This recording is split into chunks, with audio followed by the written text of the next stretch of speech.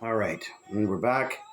So this is something I do. I'm not sure what a lot of people do. I've read so many things. There's different ways to do stuff. There's a piece of 120 grit sandpaper. It's not my mouse sand or whatever. It's sandpaper.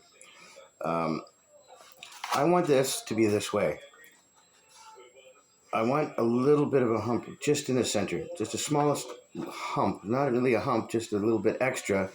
That way when I do glue it down, and I glue this down, and this is clamped down and tight, it's actually pulling inward. So there's a force that's pulling up here and up here, and that should counteract some of the string tension and give a little bit of a spring.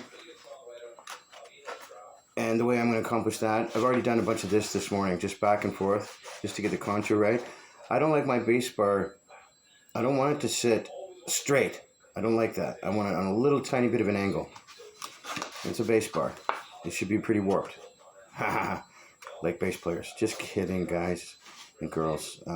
So yeah, I'm going to do this just like this. Not a ton, but this type of thing here.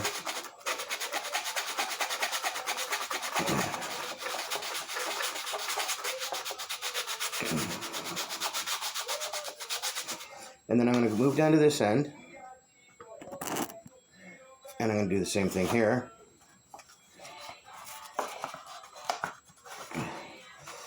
Provide a little spring. It's a spring in your step. The spring's right around the corner. Now, back to this. Side to side action. I'll explain this in a minute. I'll sand for a bit and I'll come back. Stop you. There we go. So, and when I say a little airspace, I'm talking about something to this degree here.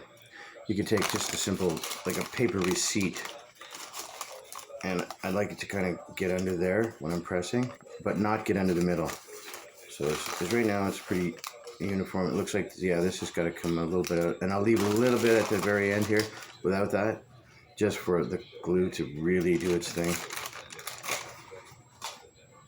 And the inverse up here a little bit. That's just the way I think. Yeah. I'll pause this. The funny things I think of when I'm doing this stuff is all the mystery and intrigue in violins. And does anybody know if Stradivarius was left-handed or right-handed? Because I notice when I'm a lefty, right? I know that the camera's inverse, but I'm a left-handed person. When I sand, I have a tendency for things to kind of go this way. So I just wonder if he was left-handed, when he was left-handed, maybe he was.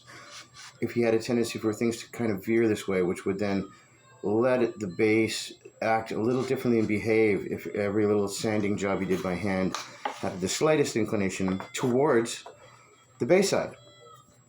Penny for your thoughts, nickel for your dreams. Yeah, okay, so I got this where I want it now. I'll just take this, it's a receipt, very thin paper, and yeah, I'll do it this way. So something like this, a little air gap in there, like the smallest, a piece of paper, right around where the bridge goes. Yeah, let's get in there.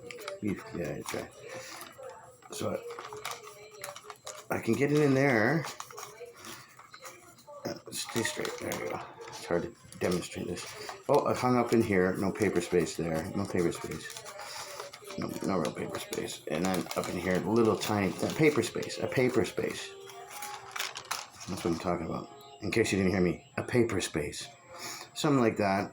And then what happens is, when I glue this, boom, there's just a little bit of tightness, which pulls this,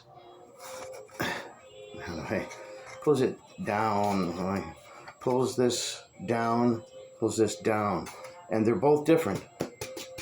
One pulls down on this side, one pulls on this side. It's just the way I am. I just believe in doing things as complicated and ridiculous as possible. Just makes sense. I just think as I go. So I got this where I want it. I'm going to